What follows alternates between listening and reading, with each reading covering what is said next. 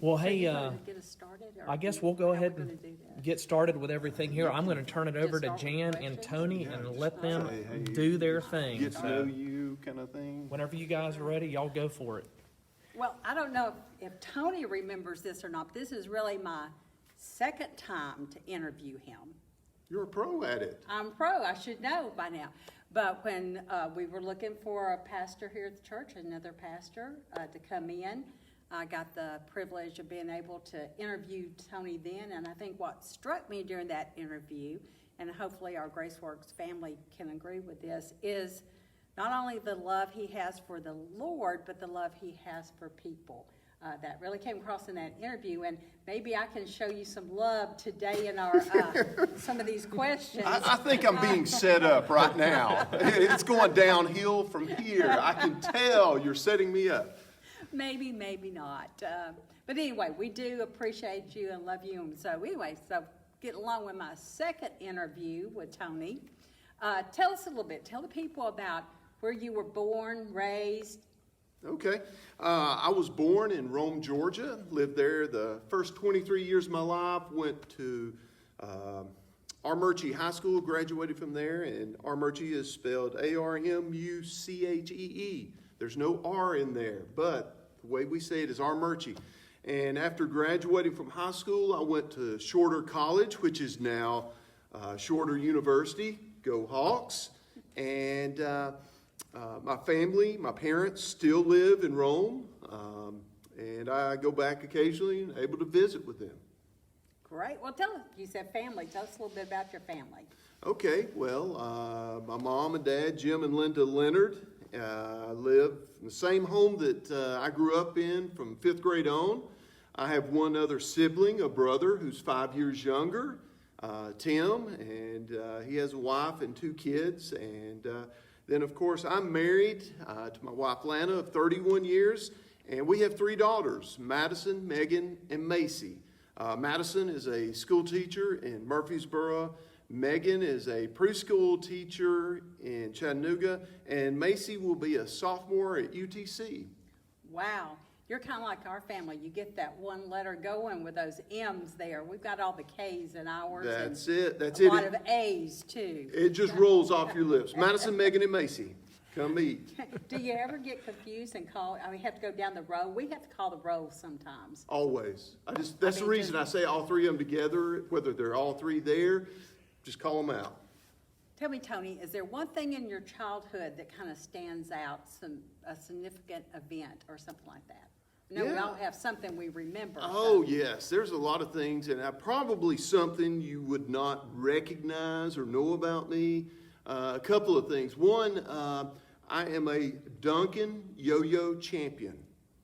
See, Michael Prettyman didn't even know that. Shocked. And he is that. actually listening now. But when I was a kid, my parents took me to the local toy store, and as a promotion, Duncan Yo-Yo had one of their professionals there, and they were trying to sell yo-yos, and of course my parents bought me a yo-yo, and we had a competition, and I won. Now, the competition was between my cousin and another person, and that was it, but I still won. I got first place and made me a Duncan Yo-Yo champion. So did you have like a professional yo-yo? Oh, definitely. I can still throw it too. But I guess on the more significant, uglier side, when I was the summer of my 7th grade year, I tried to catch a baseball with my nose. Oh, And I bet that didn't work out I too did well. not succeed. And yes, I broke my nose and had to do all the surgery that goes with that. And so no good. No good. What about other extracurricular activities? Any sports? I mean, yo-yo, I guess, is a sport. Yes, it is. yeah. Yes, I it guess definitely is a sport. But I grew up playing whatever sport there was that season, whether it's football, basketball, baseball. I ran cross country, and so I've done that growing up, very active. My mom would always say it kept me out of a lot of trouble. So I just tried to stay very active in sports, enjoyed it, made a lot of friends, learned a lot, and kept me active. So tell us a little bit about your professional history. I know ministry, but before. Before ministry. I guess I can back up even before my professional career and say when I was in college, I was working on a degree in math education, and I was going to be a school teacher.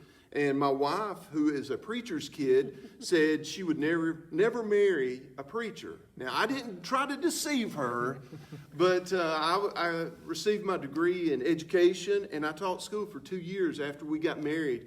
And that was where God led us into ministry together as a team.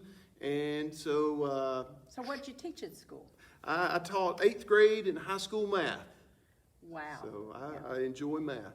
So they didn't do all that like they do now, or did they? I mean, the little blocks where you have the boxes and all that. No, all the jumping stuff, no. Yeah, my girls come home and start talking about that, and I'm just, no. And my daughter who's at UTC, Macy, she has a calculator that does all the graphing. It gives all the computation, does all of it. She just knows how to punch the right buttons. That's cheating.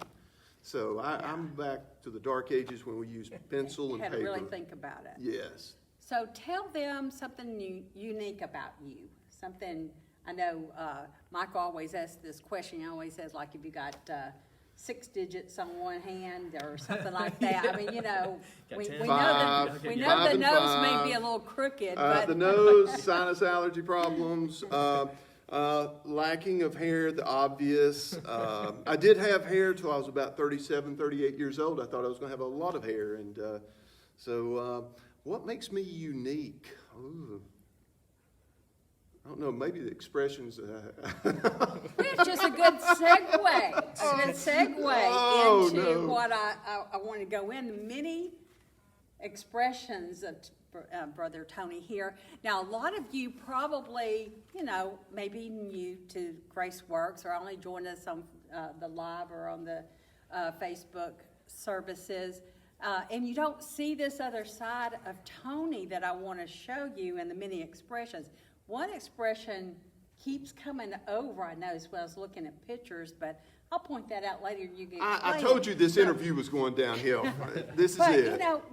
Tony has this style about him. He does all kinds of wardrobe, different things you're going to see. Now, this is the facial that I'm not really certain about what this one is. If y'all, but this expression comes up often. I'm not certain about that. But notice Tony's style again. We have our Hawaiian look going on here now. Tony, you can explain this one. Now, there's many jobs he does around the church, too, that you don't see. And so this may be one of those jobs. I think that was initiation job there. That was first Christmas at Grace Works, and I was designated pooper scooper. You may have to explain that to some people. We always have what we call a Bethlehem walk, and we have live animals. And they come through our sanctuary. I mean, we have cows, we have llamas, we have everything. Sheep. And so at the end, someone has to come through with cleanup. Now, somehow this last time, I got stuck doing it. Tony did it once before he realized that probably wasn't the job. But again, Tony's a fashionista. I mean, we have all kinds of Yes. And costume. Costume. I should have got the one with the Shadrach, Meshach, and Abednego. That was a very nice toga you had on that day. That was nice. Again, we have the look. We're not sure. I don't know if that is fear, being grossed out, or all the above. It kind of looks like fear. I don't know.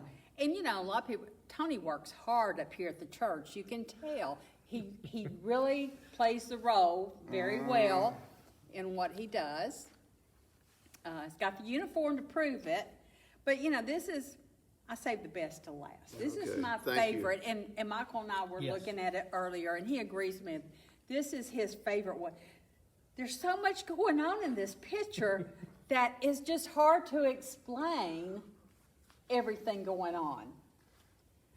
I think that's one of those you just look at and just come up with your own interpretation. Right, I mean, we But, have bunny ears, Yes, a and couple of roosters, you notice how the roosters just kind of roosted on my shoulder. I guess they're and used a to it. lamb. Yeah. But you look very happy. This is probably your happy place. I think that's fear. Is I that think fear? that's fear hidden behind that smile. I don't know, Surrender. but Smile, I just, please, it's just something roosters. about this picture that I want to show the versatile side of Tony. Not only is he a great pastor for Thank us you, here, Jan. Thank but he's you. also, Thank you. and you can also see why the kids love him, you know. I mean, who else wears roosters on their shoulders and bunny ears and all? So tell me, other than me interviewing you, what's your biggest fear? Well, I'm not scared of snakes, spiders. They're just gross.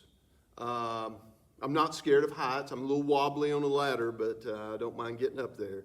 I guess a couple of my greatest fears have to be rush hour traffic. I just hate driving in rush hour traffic. Let's see. Maybe what- baseballs? Oh, baseballs, yeah, those are kind of painful. And babysitting a 6-year-old, how's that? I had to babysit, look out for my 6-year-old nephew this past weekend, and just the thought of babysitting I can- will scare me. Okay, well, what makes you laugh?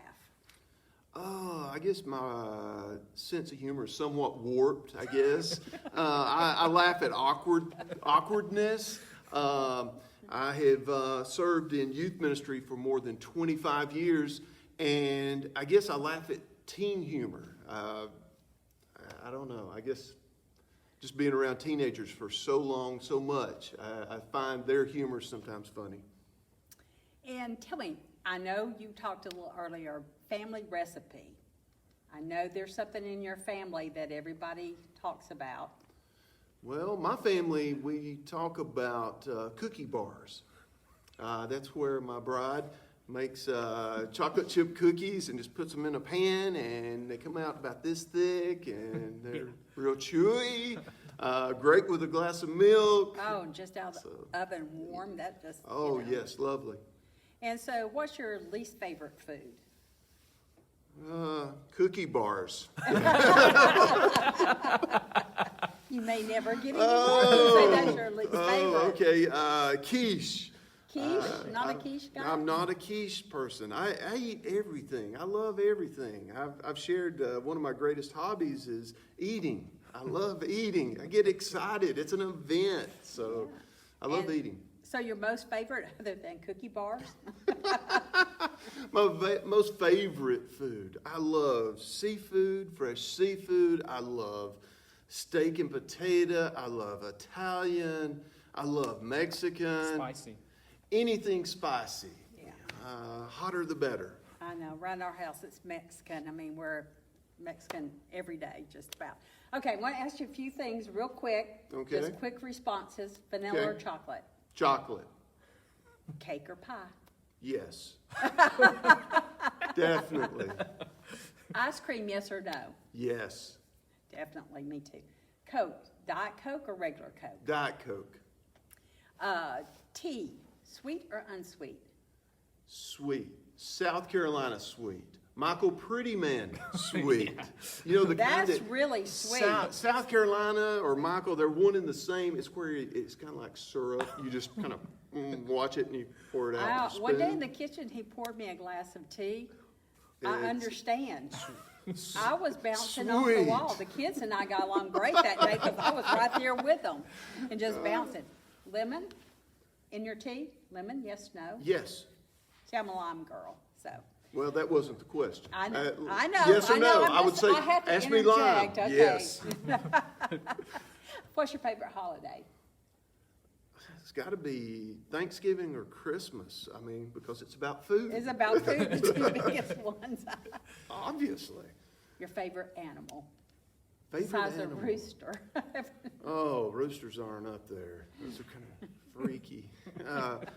I would have to say I like dogs and cats, and we had a great dog for about 13 years. Best dog, best pet. Definitely good dog. And then my daughter has a couple of kittens, and so either one. Yeah. Favorite, let's see, animal music. Is there a type of music, an artist? I enjoy listening to contemporary Christian music. I love jazz. I love classic rock. A little bit of country, not a lot, but so. What about artists? Is there a favorite artist you like? Not really, not really. All right. What's your 2 top pet peeves? Just 2. You don't Just have to go 2. into more than just Not 2. 2 hours. Could it be being a part of an interview by Jan Moses? No, that's not a pet peeve. It would have to be, one would have to be traffic. I cringe when being in traffic, having someone that changes lanes back and forth, and then when I pull up to the red light next to them, it's like, what were you doing? And then the other is like when someone turns right on red, and they're right in front of you, and they just pull in front of you. So anything to do with traffic is a pet peeve. I don't know. I can't think of anything else. I'm sure after we finish this interview, I'll have several Probably more. Or people who I will dig up take old suggestions. How's Or that? people who dig up old Photos. Dig up old photos. Yeah. Favorite Bible verse? Favorite Bible verse. Now, I know this sounds probably like a cop-out, but I found something I have a habit of doing. Whenever I'm reading a story, whether I'm teaching a passage or preaching on a passage, that is my favorite. So whatever I'm reading at the time, because I found myself when I'm teaching or preaching going, this is one of my favorites, and yet I keep doing that over and over and over. So I love God's word. I love how it speaks. It speaks truth about who God is. It speaks to me where I am. And I'm totally amazed over and over how just constantly, the more you stay in God's word, the more he speaks to you. And just whether it's teaching you something new, something you've never seen before, or just reaffirming something. So I guess I don't know if that's a cop-out, but I don't my think so. I think favorite would have to be whatever I'm reading at the time. Right now I'm reading about Esther, and it's a great story of how God uses a young lady and how he wants to use us. So That is a very good story. Okay, and tell me about your years as a Christian. How long have you been a Christian? Okay, let's do the math. I became a Christian when I was 12 years old. I realized my need for Christ in my life. And my parents, both very strong believers, strong influence in my life. The local church had a big influence in my life. But at the same time, I felt like as a kid, there was not a need in my life to make Christ my Savior, to seek his forgiveness. And when I was 12, I came to the realization it didn't matter how good I was, how polite I was, how many good things I did for others, I could never be good enough for God. And the key verse I always think of is my verse is Ephesians 2:8-9. And it says, "For it's by grace that you're saved through faith. This is not of yourself, but it's the gift of God." And I realized it's by God's grace that I'm saved. And I appreciate that more and more every day. I'm amazed at it more and more every day. And I'm grateful that I'm at a church whose name is Grace. That's what I was going to say. Grace works. Goes right along with. Right along with my story. That's right. So grace does work.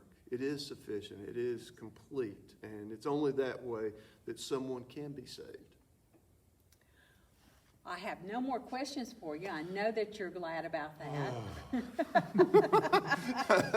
We'll do it again if I think of more. Thank you. Just send all your questions. Is there anything else you want to tell? No, God has truly blessed me and my family the past 2 years as we have been a part of the GraceWorks family. And we look forward to the future, what God has in store for us. Just glad to be here and be a part. Well, that's me too, you know, and I've got to do a quick shout out real quick to my GraceWorks kids. Grace kids out there. Definitely. Because I miss them so much, and, you know, I hope they're staying safe, but that's kind of what I wanted to get across today, to say hi, gang out there. Stay safe. Miss Jan loves you. Mr. Tony and I are going to sign off here now, and Michael's going to get rid of us. Yeah, y'all make sure you share this. Share this out on your Definitely. page. Everybody Share. needs to know. That we need to know about Tony, so. There's some good stuff in there. Hey, thanks. I'll finish it off here. Here we go.